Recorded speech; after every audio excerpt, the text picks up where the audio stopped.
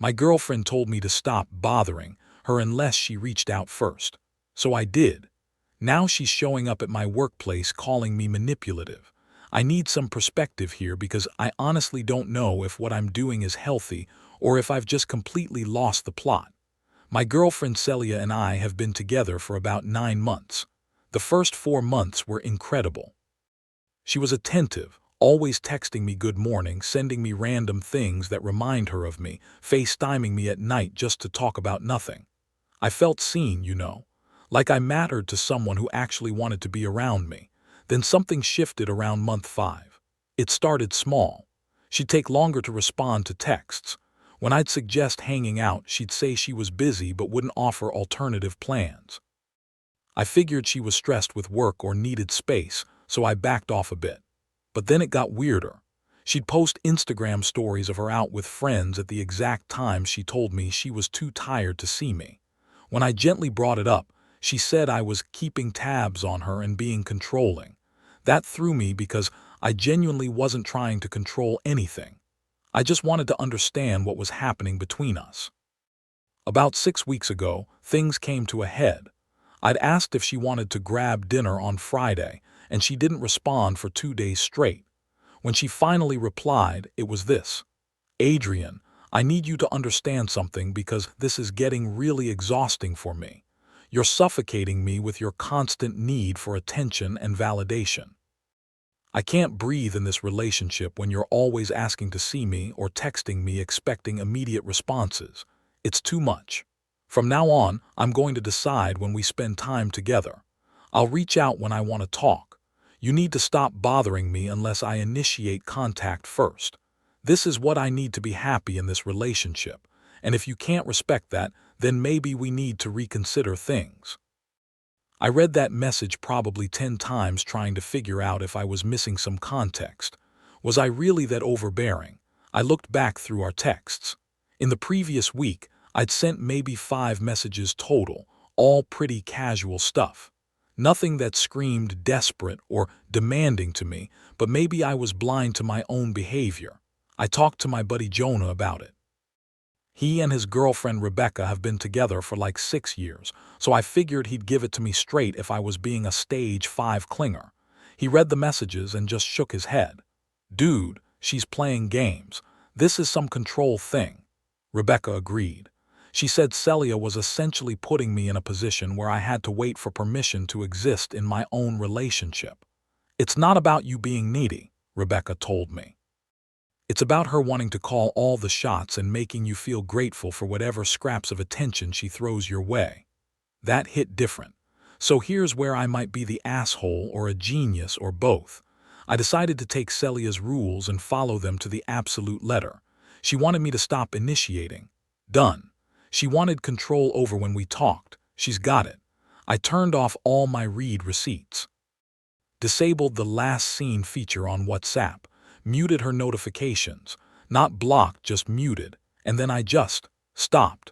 No good morning texts. No how was your day messages. No reaching out at all. I didn't even do this to manipulate her or play some reverse psychology game. I genuinely needed to step back and figure out if I even wanted to be in a relationship where I felt like I was constantly walking on eggshells, waiting for permission to care about someone. The first few days were rough. I kept picking up my phone out of habit, almost sending her something, then remembering. But instead of sitting around feeling sorry for myself, I started doing other stuff. I hit up Jonah and Rebecca more. Started going to the gym consistently again. Signed up for a woodworking class I'd been eyeing. It's been almost 2 weeks now, radio silence on my end, and her reaction has been unexpected. There's nothing. Complete silence from her too, which honestly validated my suspicion that she wasn't that into me anymore. I think I'm starting to make peace with the idea that we were just done. And I should write Reddit. Edit, wow, did not expect this to get so much attention. To clarify, since people are asking, no, I'm not ghosting her. I'm just not initiating contact exactly like she demanded. If she reaches out, I'm not ignoring her existence. I'm just taking my time, I guess. Update 1. 3 weeks later, so that blew up more than I expected. Thanks for all the perspectives, even the ones calling me petty or passive-aggressive. Couple of people asked for an update, so here's where things are at now. Coincidentally, the very next day after I posted, my phone started blowing up. Messages from none other than Celia. At first, it was just a casual, "Hey, what's up?" I didn't respond for about 6 hours. I was at Jonah and Rebecca's place helping them move some furniture, and honestly I'd gotten pretty good at not checking my phone every 5 minutes. When I finally looked, there were 3 more messages asking why I didn't respond and if I was okay. I responded with something brief. "Yeah, I'm good, just been busy." Her reply came back in under a minute. "Busy with what?" I didn't answer that one, simply because I didn't feel like giving her a play-by-play. The old me would have immediately launched into detail about my day the moment she asked. New me. I'm realizing I don't owe anyone a real-time update on my whereabouts unless I want to share. That's when things started escalating. Over the next few days, her messages became more frequent. "Why are you being weird? Did I do something wrong? This is really immature, Adrian." That last one almost made me laugh. The same person who told me I was suffocating her by asking to hang out once a week was now calling me immature for doing exactly what she demanded. But what really struck me was this. I wasn't angry anymore. I wasn't even hurt. I was just indifferent. And that scared me a little because it made me realize how checked out I'd already become without fully admitting it to myself. Jonah and Rebecca had me over for dinner last week. Rebecca asked how I was handling everything, and I told her honestly I felt lighter. Like I'd been carrying this weight of constantly wondering if I was doing something wrong, if I was too much, if I wasn't enough. And now that weight was gone. "That's not what love is supposed to feel like," Rebecca said. And she was right. Around the 2-week mark, Celia started calling. Not texting, actual phone calls. I'd see her name pop up and feel this weird mix of curiosity and exhaustion. I answered one of them, mainly because I figured we needed to actually talk at some point. "Where have you been?" she demanded, no hello or anything. "Around," I said. "Work's been busy, been doing some stuff with friends." "You're really just going to act like everything's fine, like you haven't been completely ignoring me." "You told me not to bother you unless you reached out first," I reminded her calmly. "That's what I've been doing." There was this long pause, then she went full on defensive. "I didn't mean you should disappear completely. You're taking this too literally. You know I didn't mean it like that." But she did mean it like that. We both knew that. She meant every word when she sent that message. She just didn't expect me to actually respect her boundaries, or maybe she didn't expect that respecting those boundaries would mean I'd start building a life that didn't revolve around waiting for her approval. "I don't know what you want me to say, Celia. You set the terms. I'm following them." She tried a different angle. "But I miss you. Don't you miss me?" Honest answer. "Not really." I missed the version of her from the first few months, but that person seemed gone. What I didn't miss was the constant anxiety, the second-guessing, the feeling like I was always one text away from being too much. I told her I needed more time to think about things. She didn't like that answer, so she decided to just ignore it. The calls started coming at weirder times. Late night, sometimes past midnight. I didn't answer those. Just put my phone on Do Not Disturb mode. Then she started leaving voicemails, some apologetic, some accusatory, some just rambling about how she didn't understand what was happening. Yesterday, Jonah texted me. "Dude, Celia just messaged Rebecca asking if you were okay. Said she's worried you might have been in an accident or something because you're not acting like yourself." Rebecca apparently told her I was fine, and that maybe Celia should give me space if she actually cared about my well-being. I appreciated that, but it also made me realize how far this had spiraled. I'm not playing games here.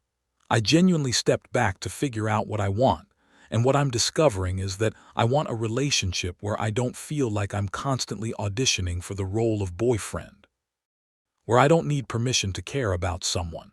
Where "I miss you" isn't a negotiating tactic but an actual feeling shared between two people who enjoy being around each other. The irony isn't lost on me that the moment I stopped chasing, she started running after me. But I don't want someone who only wants me when they think they might lose me. That's not love. That's ownership. Some of you in the comments last time said I should just end it cleanly. You're probably right. I think I've been avoiding that conversation because some part of me keeps hoping she'll suddenly get it, that we'll have this breakthrough moment where she realizes what she's been doing and we can start over. But that's not realistic, is it? People don't just fundamentally change because you stop responding to their texts. I think I'm prolonging this unnecessarily. I really need to have an actual conversation and end this properly rather than just existing in this limbo. Edit. For everyone asking, no, we weren't living together. We both have our own places, which honestly has made this whole thing easier. Update 2. The office incident. I really wish I didn't have to make this update, but things have officially gone off the rails. First off, I want to address something from the last post's comments. A lot of you said I needed to just rip the band-aid off and officially end things instead of letting it drag out. You were absolutely right, and I was planning to do exactly that this weekend. Had the whole conversation mapped out in my head, was going to suggest we meet somewhere public and neutral, the whole deal. Celia beat me to it. Sort of. So yesterday, Thursday, I was at work in the middle of a meeting with my team about a project deadline. My phone was on silent in my bag. Meeting went long, run about 2 hours. When I finally checked my phone around 2:30, I had 11 missed calls from Celia and a string of increasingly frantic texts. The messages started normal enough. Hey, can we talk? Then about 15 minutes later, Adrian, please, I need to talk to you. Then they got progressively more urgent. This is serious. Why aren't you answering? I'm really scared right now. Fine, if you won't respond, I guess I'll have to come find you. That last one was sent at 2:15. I was reading those messages thinking surely she didn't mean what I thought she meant, right? And then Qley from reception was suddenly at my desk. Adrian, there's someone here to see you. She says it's urgent. My stomach dropped. I walked out to the reception area and there was Celia, dressed up like she got somewhere important to be, looking anxious but also determined. Our office has an open layout, so the reception desk is basically just at the front of our workspace. Qley looked thoroughly confused, and I could see a couple of my coworkers at nearby desks pretending not to stare. Celia, what are you doing here? I asked, trying to keep my voice even. You wouldn't answer your phone, she said, like that explained showing up at my workplace unannounced. We need to talk. I was in a meeting, you can't just show up at my job. Well, you left me no choice, she snapped. You've been avoiding me for weeks, ignoring my calls, acting like I don't exist. What was I supposed to do? I was acutely aware that we were having this conversation in my office lobby, that everyone was absolutely going to talk about this, that my boss might walk through at any moment. I felt this flash of anger, not the hot, explosive kind, but this cold, clear realization that this was exactly the kind of boundary violation I should have seen coming. Let's go outside, I said quietly. To my surprise, she actually listened this time. Or else I might have to drag her out myself. We walked to the parking lot, and the second we were out of earshot of the building, she started in. You're punishing me. That's what this is. You're trying to manipulate me by doing this whole silent treatment thing, making me chase after you, making me look crazy. I'm not doing any of that, I interrupted. You told me to stop initiating contact. I did exactly what you asked. But not like this. I could see her getting frustrated in real time. Not disappearing completely. You know that's not what I meant. Then what did you mean, Celia? Because from where I'm standing, I followed your instructions to the letter. You wanted control over when we talked, when we saw each other. I gave you that control. And now you're mad because I'm not playing the game the way you wanted. That shut her up for a second. And I could see her trying to figure out what angle to take. Then her eyes got watery, fast. I just miss you. Is that so wrong? I miss my boyfriend and I wanted to see you, and you're making me feel like I'm being unreasonable for that. And that was where something in me just cracked. I couldn't do this. I couldn't stand here and watch her try to use tears to manipulate me. This relationship needed to end. I don't want to do this anymore, I said. The words came out calmer than I felt. This, whatever this is, it's not working for me. She stared at me like I'd just slapped her across the face. So you're breaking up with me, in a parking lot, after ignoring me for weeks. Yes, I'm ending a relationship that stopped being a relationship a long time ago. You wanted me on your terms, available when convenient, gone when not. That's not a partnership, Celia, I don't even know what that is, but it's not what I want. She switched tactics again, got angry. This is exactly what I'm talking about. You're being controlling. You can't handle that I needed some space, so you're turning it around on me, making me the bad guy. I'm not making you anything, I said, and I was surprised by how tired I sounded. I'm just done. I'm done feeling like I have to apologize for existing in your life. Done waiting for permission to care about someone who supposedly cares about me. Done with whatever mind game this has become. You can't just end this without even trying. I did try. I tried for months. And then I gave you exactly what you said you wanted, and that wasn't right either. So what am I supposed to do? What version of me would be acceptable to you? She didn't have an answer for that. I told her I needed to get back to work.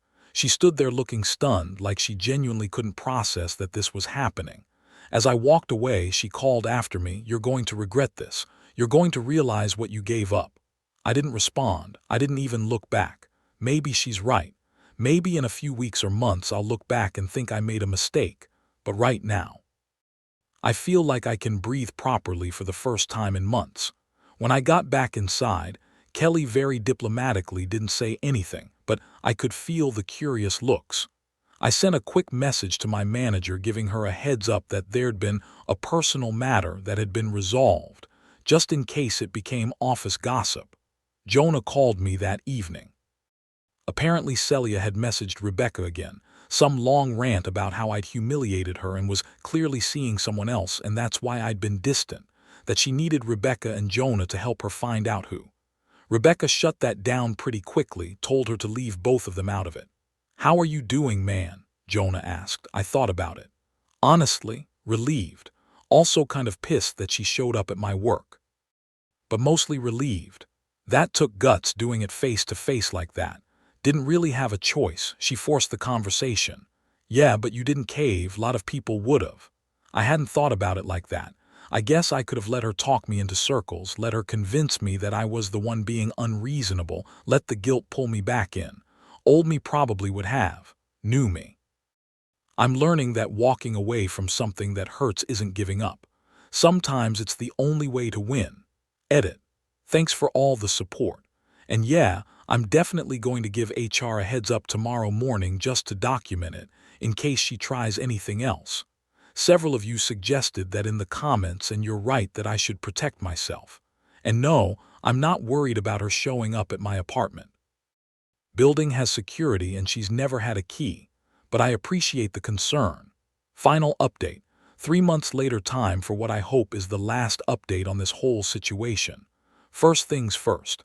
Celia and I have had zero contact since the parking lot conversation. She tried a couple times in the week after, a few texts that I didn't respond to, one email that I deleted without reading. Then nothing for about 2 weeks.